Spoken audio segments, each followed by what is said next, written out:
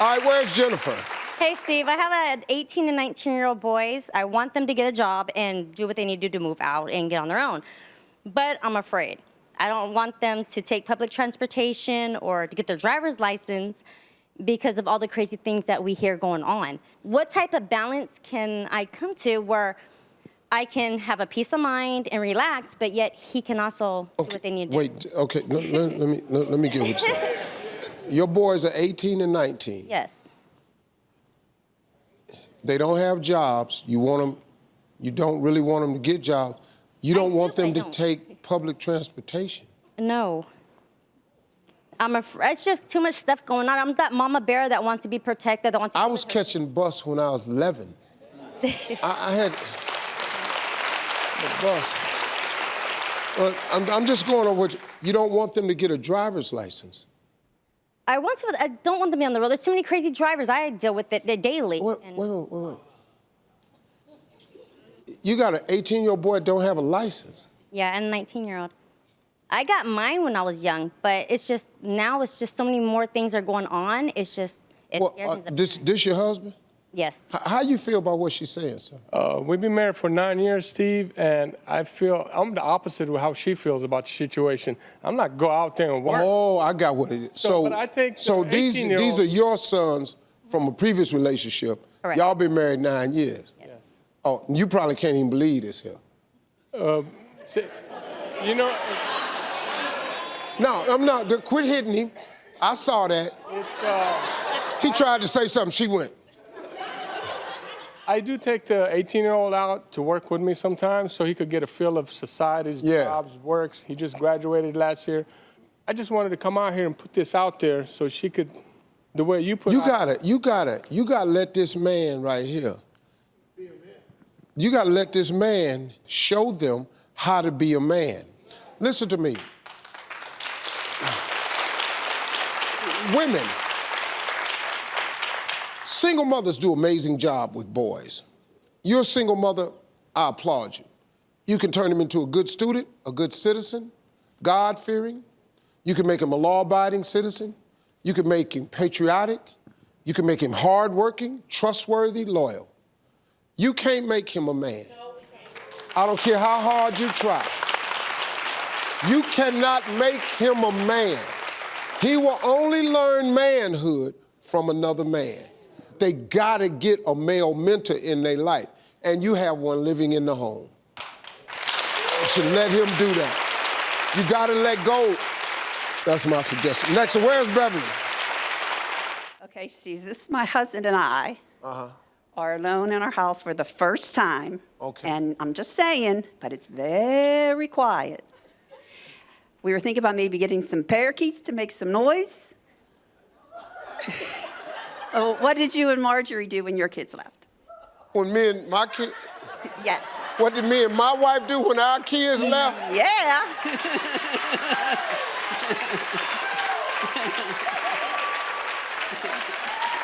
First of all, I turned my son's room into a cigar lounge. Second thing I did, we didn't have to worry about no noise because we were making plenty.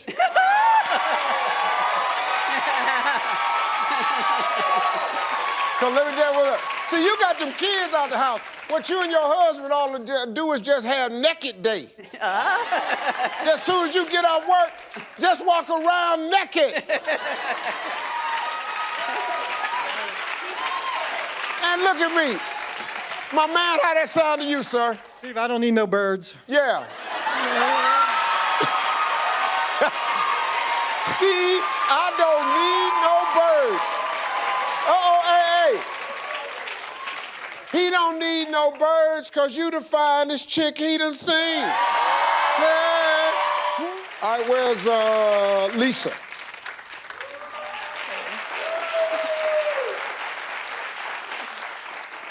Hey, Steve. My daughter Megan is a senior in college.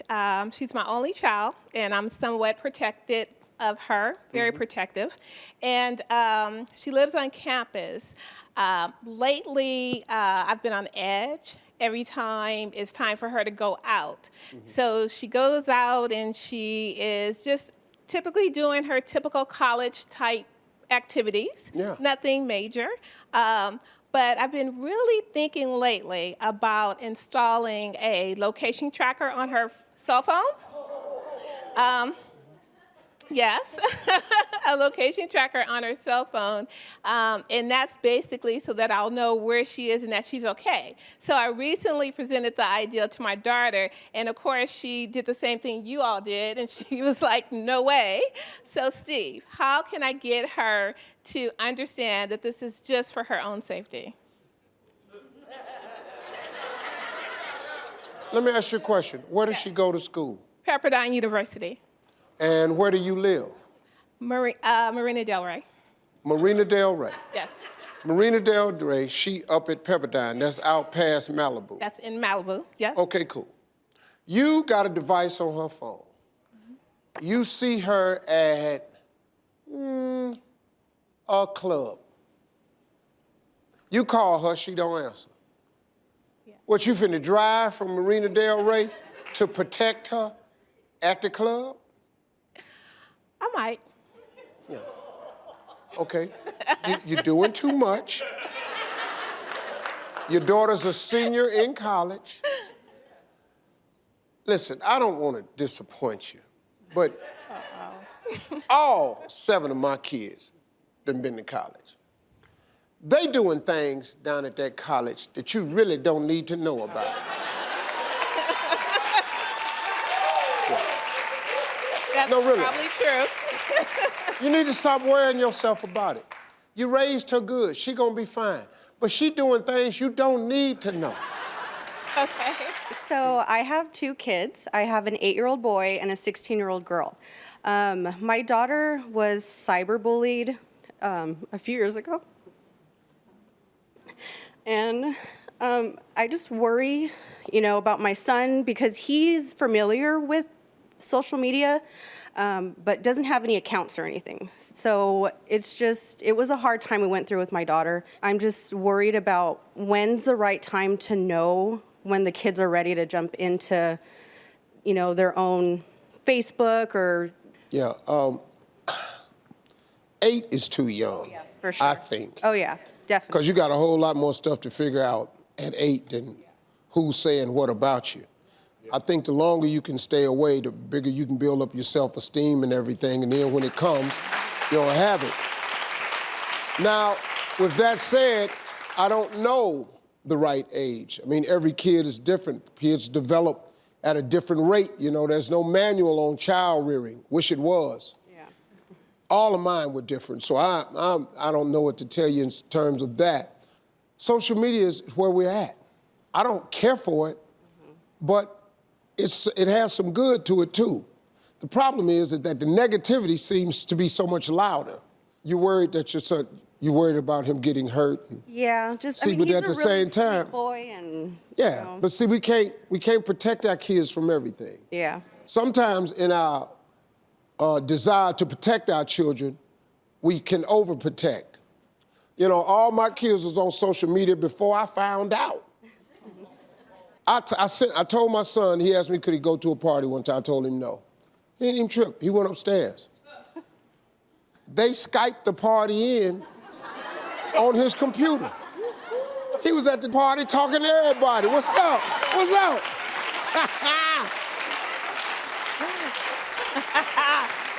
He put the outfit on that he was gonna wear to the party. Dude was walking around with his whatever he had. He was talking to all the kids, what's up? Yeah, with the music and everything. I said, I'll be damned. How's your daughter doing now? She's good. She came out strong, Actually, she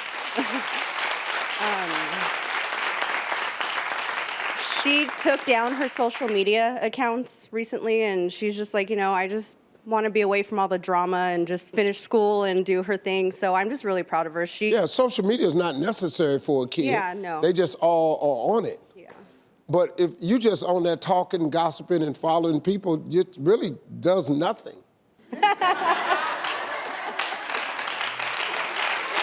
All right, where's Justin? All right, let's go. Where's Kelly? Where's Kelly? Hey, Steve. Okay, so my kids are extremely spoiled by their grandparents. I feel like grandparents in this day and age have a lot more money than mine did growing up. My 4-year-old daughter actually told me this week that she wanted me to be gone for a willy long time on vacation because she's staying with her grandma and grandpa, and it's a party over there. So my question is, how do I outdo the grandparents without spoiling my kids too much? You can't. You can't, because I'm a grandparent now. You can't outdo us because you ain't got the money we got. Exactly. Yeah. Yeah.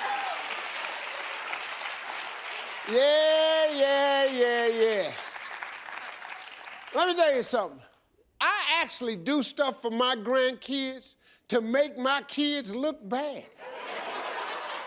Yeah, I do. I know my son ain't got as much money as his daddy got. And I humiliate him with cash. They're doing this on purpose. Yeah. To make me look bad. Yeah, you doggone right I do it on purpose. All right. That's for all them years of sit down, shut up, put your sister down. Don't do that, don't do that, don't do that. Yeah, that's payback. Yeah, that's what it is. Thank you. Thank you very much. Where's Camille? Camille. Hi, Steve. Hi. So I'm from Northern California originally, and I take trains and bus rides back home, which are about 2 to 6 hours. And sometimes I try to talk to people because I want to know who I'm sitting next to, and they just ignore me. So my question is, how can I get the people to talk to me where they can't refuse to ignore me?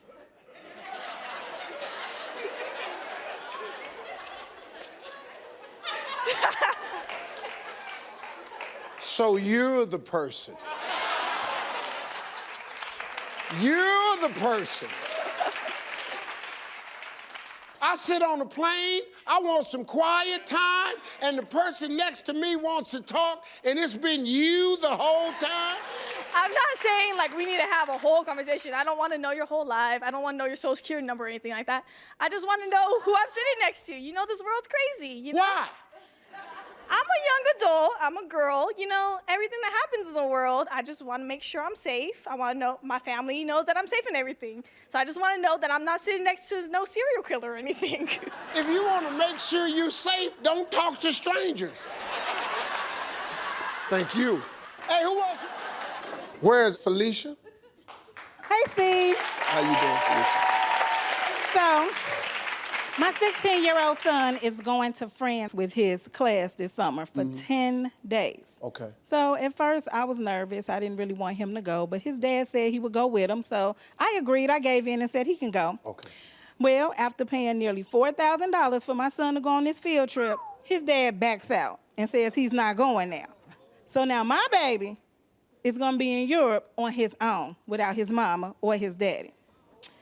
So everybody's telling me, it's going to be okay, let him go, stop worrying, he's 16, but that's my baby. So, Steve, you have 7 children. Have any of your children ever studied abroad or as teenagers gone out of the country without a parent? And if they did, how did you handle it? Because I'm not handling it too well. Well, I mean, you know, I wanted them to go and not come back. But they all came back. I mean, you know, it's tough. Parents don't want to let their kids go. He's going with the school? Yes, Do they have chaperones? they do. An adequate number? Well, is it is- adequate enough for your baby? Okay, but let me ask you a question. Are all the kids that's going being escorted by a parent? No. You don't want him to resent you for not allowing him to go. He's 16. True. He's probably tall. He got good sense. He got good grades, or else they wouldn't let him go. What's his That's grades right. like? He has a 3.8. What? Just pray about it and let him go. Okay. Thank you. Yeah. Hey, Steve. My husband, Derek, and I are here today, and we are a blended family. We have 6 children. I have 4. We have 1 together, and he had 1 from a previous relationship. Uh-huh. And we have 1 child who breaks all the rules. So he's causing a lot of chaos, not just in our home, but also in his dad's home. And he's been breaking the rules at school, in the community, and things of that nature. But surprisingly, he has maintained honor roll. And He he's what? approaching, he has maintained honor roll. He has a 3.0 right now. And he's headed for graduation in May, on May 29th. So the question I have is, my husband and my son's dad, they both think that I should step back and lay off my son a little bit and allow him to fall and learn from his mistakes. So as he's approaching 18, he'll be 18 August 6th. How do I? Well, let me ask you a question. What kind of trouble is he getting in? He's getting in trouble. He sneaks in and out. He's what? destroying property. He sneaks in and out of the house. He smokes. He took his grandmother's car without her permission. The police has brought him home probably 6 times. So he has escaped trouble every time. So he's had a saving grace every time. See, this almost don't make sense because he's like an anomaly. I don't know any troubled youth that's on the honor roll. So I didn't go to school for this, but I do have a mentoring camp. When you have a boy that's an honor roll student, but is getting into trouble, and I didn't go to school for this, but just from talking to thousands of boys, his relationship with his actual father is strained. I would agree. I would agree that there's a strained relationship there. When you bring his father into the picture, my son, it just gets more chaotic. And that's the issue that my husband has, because if my husband tries to talk to him, he'll say that, he has no respect for his father, so why would he respect me? When a boy is missing his father, there's a hole in his soul the shape of his dad. That's the problem, and that's the problem for your husband. Right. You got to have a real conversation with his father. His daddy gonna have to re-step up, because he is right. If he don't respect his own father, he's not gonna get his man the proper respect. Because I'm telling you, man, an undisciplined boy is headed for the grave or he's going to prison. You have no other option. Ain't no gray area for undisciplined boys. You can check them now or they gonna check them in them streets. And they check in the streets different. Nipsey Hussle, this young boy gone. He gone, man. He gone, because some fool who ain't have no upbringing, no nothing, his way of checking is all out of whack. Now this boy, this fool, comes up here and takes this young man out when he had took him out at 30. Do you know what this boy was gonna be at 50? Oh my goodness, he was gonna be greatness. You stole your tomorrow by a foolish act today. And that's what happens. This undisciplined fool comes along and take this brother's life like this. He ain't no regard for his children, for his wife, for his mama, his sisters, his relatives, his friends. Everybody lost. You know what I'm saying? That's why I don't cut them no slack. Now, that's my answer, and we'll be right back. Hey, Steve. My husband Brendan and I have 8 kids. And we have a little parenting question for you. Our oldest, a girl, she's a little strong-headed. She got married at the age of 19, very much against what we wanted. But like I said, she's a very strong-headed girl. That lasted a little over a year. She's divorced. She's 22 now, and she's got another relationship going on.